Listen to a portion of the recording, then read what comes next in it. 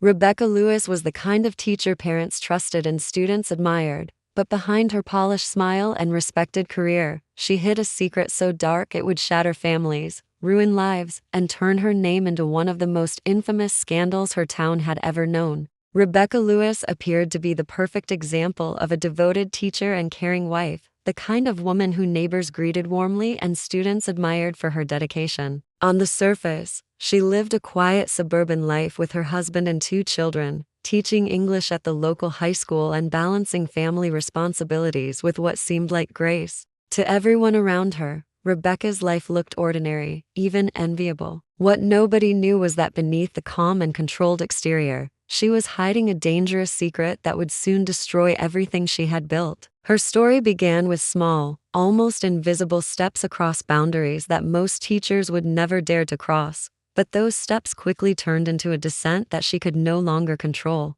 It started with a student who often stayed behind after class, claiming he needed extra help with assignments. Rebecca, eager to maintain her reputation as a caring teacher, agreed. At first, their conversations were innocent, centered around literature and homework, but over time, the meetings began to shift. The student started to confide in her about his personal struggles, and Rebecca, flattered by the attention and trust, offered comfort. In her mind, it was harmless, a chance to guide a teenager through difficulties. Yet the bond deepened in ways that blurred the line between teacher and student. What might have been a single lapse in judgment turned into a secret relationship that she convinced herself she could keep under control. The thrill of being desired by someone younger awakened something reckless in Rebecca. She found herself looking forward to the hidden glances, the coded messages, and the secret rendezvous. Her marriage, though stable, had grown dull over the years, and she felt invisible in her own home. The affair became her escape,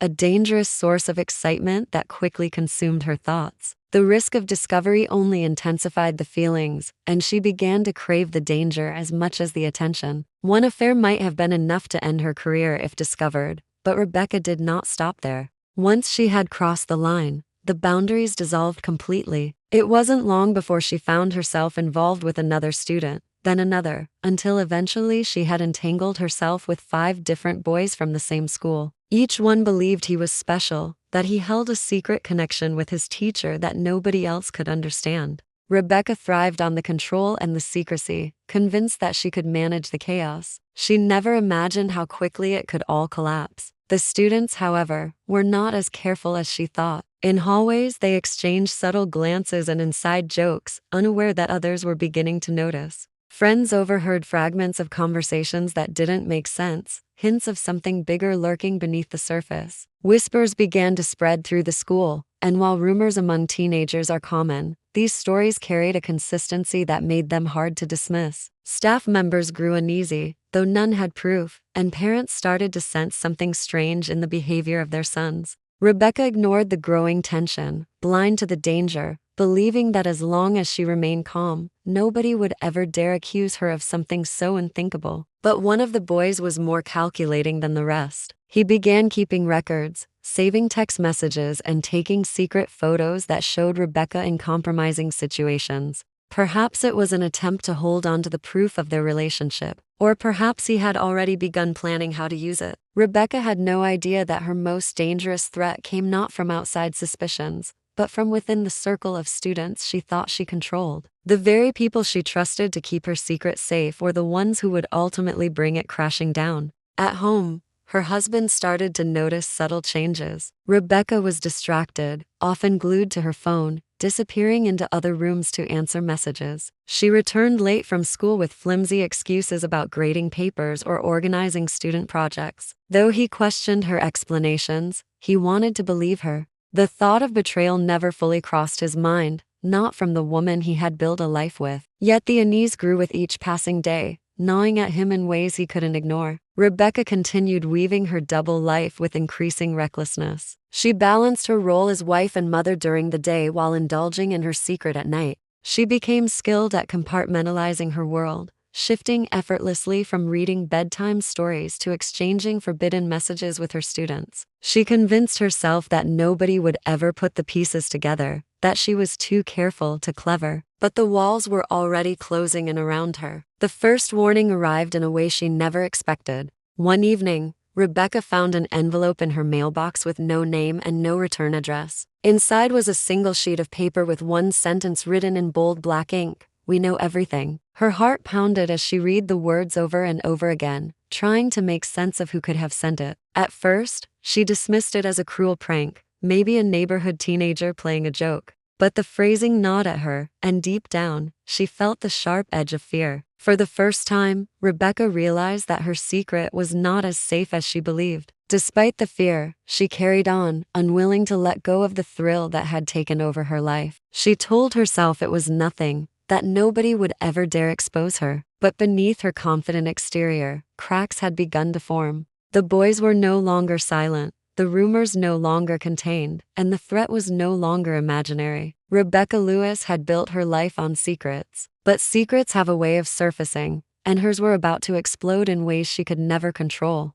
The unease inside the school grew heavier with each passing week, though most people could not put their finger on why. Teachers sensed tension among a small group of boys who carried themselves with unusual confidence, the kind of arrogance that seemed to sprout from knowing something nobody else did. They whispered in corners, smirked at inappropriate times, and shared subtle gestures that only they understood. To other students, it looked like a clique formed around a secret. To staff, it looked like teenage mischief. But in truth, it was the outward sign of something far more dangerous, a sign of Rebecca Lewis's private life bleeding into the public world. Rebecca noticed the behavior too, though she brushed it off. She believed she had control, that her authority as a teacher made her untouchable. In her mind, the boys were reckless but loyal, tied to her by the allure of secrecy and the fear of being exposed themselves. What she underestimated was the volatility of teenage emotions. Jealousy, competition, and insecurity began to creep into their relationships, and she failed to see the storm building beneath the surface. Her home life reflected the same unraveling. Her husband, Mark, had become suspicious of her constant absences.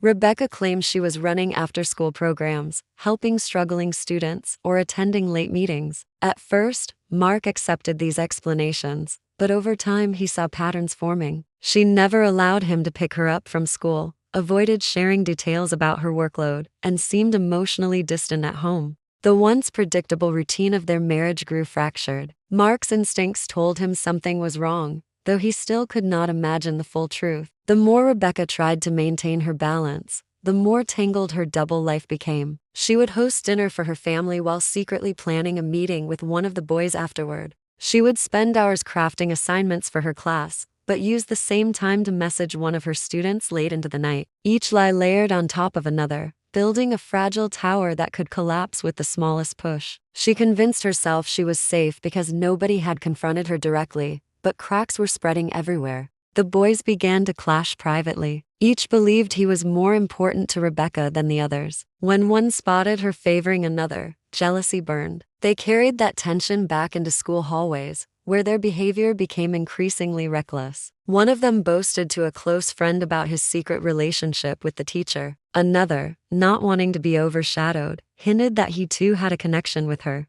Slowly, the rumors grew louder, spreading from locker rooms to lunch tables, then into classrooms, where other students whispered behind notebooks. At first, school staff ignored the gossip. Teenage rumors often ran wild, and many seemed too outrageous to be believed. But there was a consistency to these stories that unsettled the more observant teachers. The same names were mentioned, the same strange behaviors noted. Rebecca's habit of keeping certain boys after class or calling on them more often than others added fuel to the suspicion. No one had evidence, but the atmosphere shifted, and people began to watch her more closely. Meanwhile, Mark's suspicions hardened into determination. One night, while Rebecca was in the shower, he glanced at her phone and found that her messages were locked with a new password. His unease deepened. On her laptop, he noticed she had created hidden folders, ones she quickly minimized whenever he walked into the room. Though he did not yet confront her, he began quietly observing, making mental notes of her inconsistencies. What Rebecca did not realize was that her husband's patience had limits, and his silence was not ignorance, it was strategy.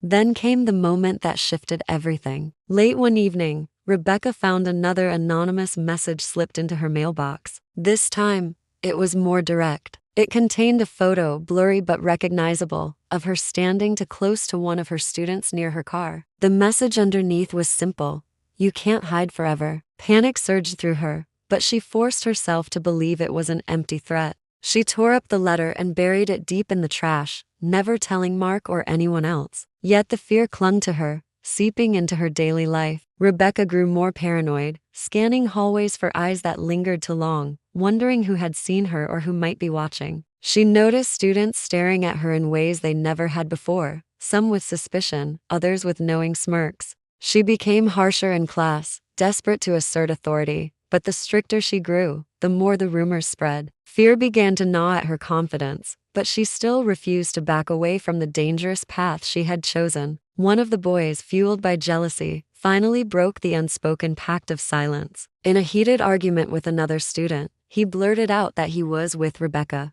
The words spread like wildfire. Within days, half the school had heard the claim. Some dismissed it as bravado, but others began connecting the dots. The counselor heard fragments of these conversations and grew deeply concerned. Unlike other staff members, the counselor could not ignore it. The matter was too serious, too dangerous to overlook. A note was written, and a meeting was scheduled with the principal. Rebecca, oblivious to the fact that official eyes were turning toward her, tried to carry on as though nothing had changed. She continued messaging the boys, continued sneaking around, convinced she could manage the growing pressure. What she didn't realize was that the foundation beneath her was already crumbling. Every careless mistake, every reckless decision had created openings for her secret to escape. At home, Mark finally reached his breaking point. One evening, he quietly followed her after she claimed she had to stay late for grading. From a distance, he watched as she met with one of the boys in the dim light of the school parking lot. The scene confirmed his worst fears. Though he did not approach her, his mind hardened with betrayal and rage. He now had no doubt, and in his silence, he began plotting how to gather evidence that could not be denied.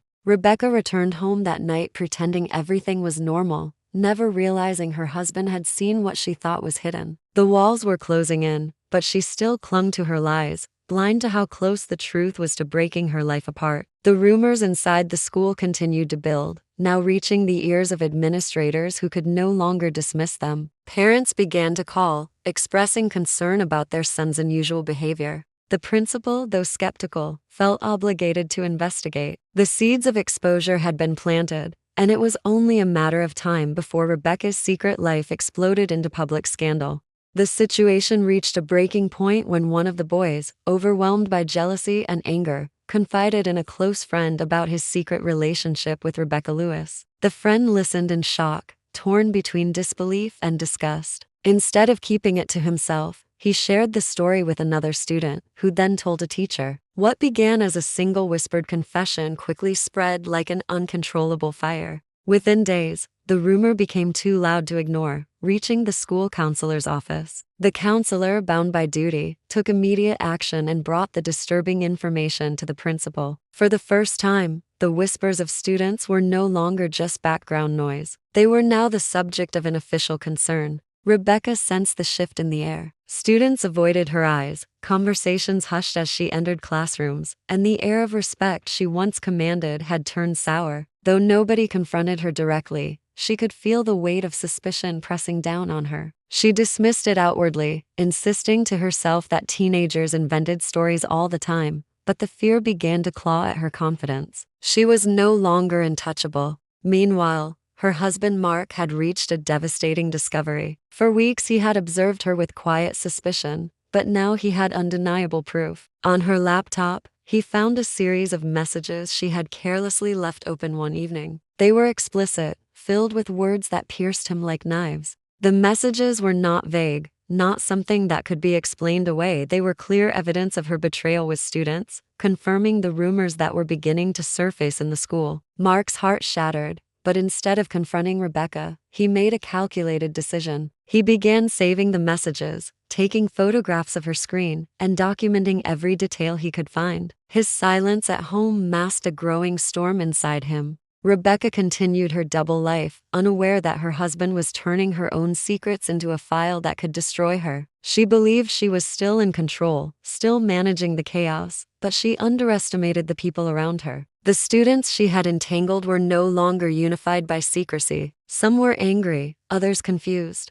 and one was determined to expose everything. That boy, driven by a toxic blend of betrayal and revenge, handed over photographs he had secretly taken. The images showed Rebecca with him in compromising positions, evidence too strong to be dismissed as rumor or fabrication. When investigators arrived at the school, the entire atmosphere changed overnight. Students whispered with a mix of fear and fascination as rumors of a police presence spread. Rebecca felt her stomach churn when she was called into the principal's office unexpectedly. She walked down the hall with feigned confidence, but her pulse raced. Inside the office, she was met with formal questions, carefully worded, but she could sense the weight behind them. Though she denied everything, her denial was thin against the growing pile of evidence. She left the meeting shaken, aware that the walls of secrecy she had built were cracking wide open. At home, Mark's patience finally ran out. He handed his collected evidence to the police, unwilling to let her escape the consequences of what she had done. He did not tell her what he had done. Instead, he watched her carry on her charade, knowing it would soon collapse. Rebecca noticed his coldness, his silence, but assumed it was the natural distance that had crept into their marriage.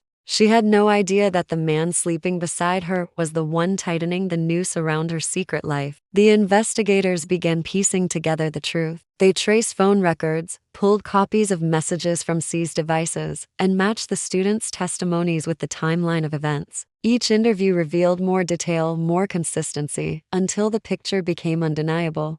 The boys described similar patterns, the same methods of secrecy, the same promises whispered in private. Their words painted a haunting portrait of a teacher who had crossed every professional and moral boundary. One student, still conflicted and ashamed, provided the final blow. He revealed a hidden stash of photos he had taken on his phone, documenting their encounters. Though some of the images were blurry, they were clear enough to confirm Rebecca's involvement. For investigators, it was the missing piece that tied the allegations together into a solid case. For Rebecca, it was the end of her fragile illusion of control. Word of the investigation leaked quickly into the community. Parents, horrified and furious, began demanding answers from the school. News outlets caught wind of the scandal, and reporters circled the town like vultures. Rebecca's name was whispered in hushed tones at grocery stores and shouted across social media. The once respected teacher had become the subject of public outrage before she had even been formally charged. At school,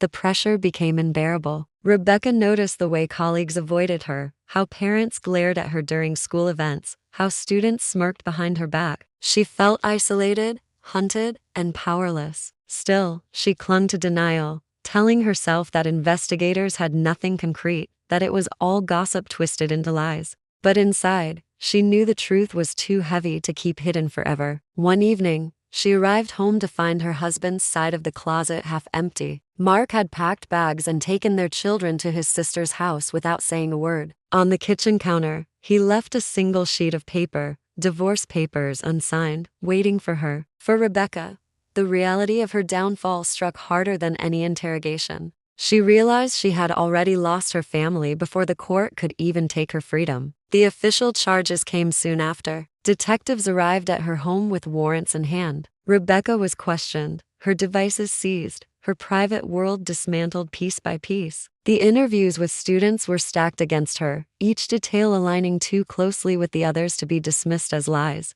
For the first time, she sat in silence, unable to talk her way out of the trap she had woven for herself. Her arrest became a spectacle. Neighbors gathered outside as police cars pulled up to her house. Reporters recorded every moment, cameras flashing as Rebecca was led out in handcuffs. The image of her being escorted away would be replayed across television screens and online headlines for weeks. The perfect teacher, the devoted wife, the admired neighbor exposed as someone entirely different. Someone darker, someone who had betrayed every ounce of trust placed in her. By the time she was placed in a holding cell, Rebecca understood the full extent of her collapse. She had lost her family, her career, her reputation, and soon, her freedom. The students she thought she controlled had turned into the very evidence that sealed her fate. Every secret she had tried to bury had risen to the surface, dragging her down into a reality she could no longer escape. The day of Rebecca Lewis's arrest became a turning point not only for her life but for the entire community that had once admired her. It began early in the morning when police cruisers pulled quietly onto her suburban street, their presence quickly attracting the attention of curious neighbors peeking out from behind curtains. Within minutes, whispers turned into a gathering of onlookers as officers approached her front door. Rebecca, still dressed in a simple blouse and skirt she had planned to wear to school, froze at the sound of the knock. When she opened the door to see detectives standing there, badges displayed, her world collapsed in an instant. They informed her she was under arrest. Before she could process the words, her wrists were pulled behind her and locked in cold handcuffs. The scene played out on the front lawn as her children stood in shock, crying and clinging to their father, who had already packed their belongings days earlier. Neighbors watched in disbelief, some covering their mouths, others recording on their phones. Rebecca had spent years cultivating an image of respect and professionalism, and now that image was shattered under flashing cameras and public humiliation.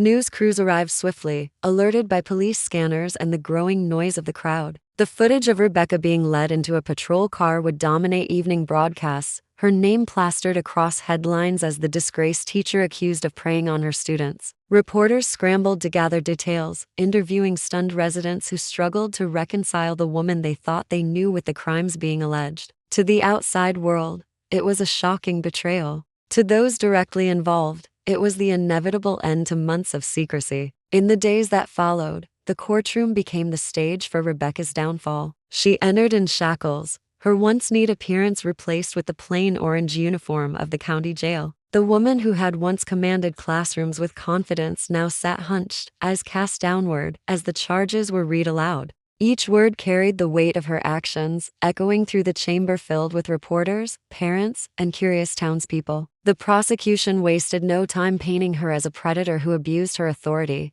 manipulating the vulnerable boys entrusted to her care. The students, once bound to her by secrecy, now stood on the opposite side of the courtroom. Their testimonies were delivered in voices that trembled with anger, shame, and confusion. Some described how Rebecca had drawn them in with promises of trust and affection, only to entangle them in relationships they barely understood. Others spoke bitterly about the manipulation and lies, how she convinced them they were special while doing the same with others. Their accounts, though painful, fit together like pieces of a puzzle, each one adding depth to the portrait of Rebecca's betrayal. Parents filled the gallery, their faces twisted with grief and outrage. They had trusted Rebecca to guide their children academically, never imagining she would exploit them instead. For many, the anger extended beyond her alone. They blamed the school for not acting sooner, for ignoring the warning signs and rumors until it was too late. Some demanded resignations, while others threatened lawsuits. The scandal fractured the community, turning neighbor against neighbor, teacher against parent, and friend against friend. Trust, once abundant, was now scarce. Rebecca's defense tried to frame her actions as the result of emotional instability, portraying her as a woman trapped in a loveless marriage, desperate for validation. They argued that she had been mentally fragile, that the relationships were mistakes born out of weakness rather than malice. But the evidence told a harsher story. Photographs, text messages, and digital records revealed a pattern of calculated behavior that could not be excused by loneliness. The prosecution emphasized that Rebecca was not a victim but an adult who chose to cross boundaries again and again. Mark, her husband, sat through every session of the trial without speaking. His face betrayed no emotion as he listened to the evidence, though inside he was a storm of anger and sorrow. For him, the betrayal was not only personal but public. His family dragged through humiliation because of Rebecca's choices. He had already filed for divorce and secured custody of their children, ensuring they would not have to face their mother again in the near future. Yet his presence in the courtroom was a silent judgment, a reminder to Rebecca of the life she had destroyed. Rebecca attempted to address the court during her trial, her voice shaking as she pleaded for understanding. She insisted she never meant to harm anyone, that she had lost herself in a spiral she could not escape. But her words were hollow against the mountain of evidence stacked against her. The jury watched impassively, their decision already forming long before her statement ended. To them, she was not a misunderstood woman but a teacher who had betrayed her students, her family, and her community. The media amplified every detail of the case, turning it into a nationwide story that fueled debates about trust, morality, and the responsibilities of educators. Commentators dissected her actions, neighbors gave interviews about their disbelief, and strangers flooded social media with outrage. Rebecca became more than a woman on trial, she became a symbol of betrayal, her name forever associated with scandal. As the days dragged on, the weight of the trial took its toll on her. She lost weight rapidly, her face pale and drawn from sleepless nights. The confident teacher who once stood tall in front of classrooms now sat hunched and broken, her spirit visibly eroded. She no longer looked at the jury, no longer tried to defend herself with expressions of denial or regret. It was as though she knew the outcome was inevitable and could not summon the strength to fight. When the verdict was finally read, the courtroom fell silent. Guilty on all counts. The words sealed her fate, and Rebecca closed her eyes, absorbing the finality of it. Gasps and murmurs rippled through the room, parents holding each other as if to steady themselves. The boys who testified sat quietly, their faces a mix of relief and lingering pain. Mark stood, walked out of the courtroom without looking back, and left Rebecca to face the reality she had created. Her sentencing hearing was equally grim. The judge spoke sternly, condemning her for abusing the trust placed in her as an educator. He emphasized the lasting damage done to her victims and the irreparable harm to the community. The sentence was long, decades in prison, ensuring she would spend most of her life behind bars. For Rebecca, it was the final blow. Her future, once filled with plans of family vacations, career milestones, and quiet suburban comfort, was gone forever. As she was led out of the courtroom, the cameras captured her one last time. The image of Rebecca Lewis, shackled and defeated, spread across every television and newspaper. She was no longer the admired teacher, no longer the wife and mother. She was the woman who had betrayed it all, a cautionary tale etched into the memory of everyone who had witnessed her rise and fall. Rebecca Lewis entered prison as an entirely different person than the one who had once stood at the front of a classroom, guiding students through literature and writing assignments. The gates clanged shut behind her, sealing away the life she had destroyed, and the reality of her sentence began to settle like a heavy weight pressing down on her shoulders. She no longer had the luxury of pretending, no longer had the distractions of her secret life to occupy her. All that remained was the cold certainty that she had thrown everything away. Her family was gone, her career obliterated, her reputation stained forever. What she had built over decades had been torn down in a matter of months, and the wreckage left behind would never be repaired. Inside the prison walls, Rebecca quickly discovered she was not just another inmate. Her case had made headlines, and the other women knew her story. Some mocked her, others despised her, and a few avoided her altogether. She was a cautionary tale even among those who had committed crimes themselves. Whispers followed her through corridors, pointing her out as the teacher who had destroyed her students' lives.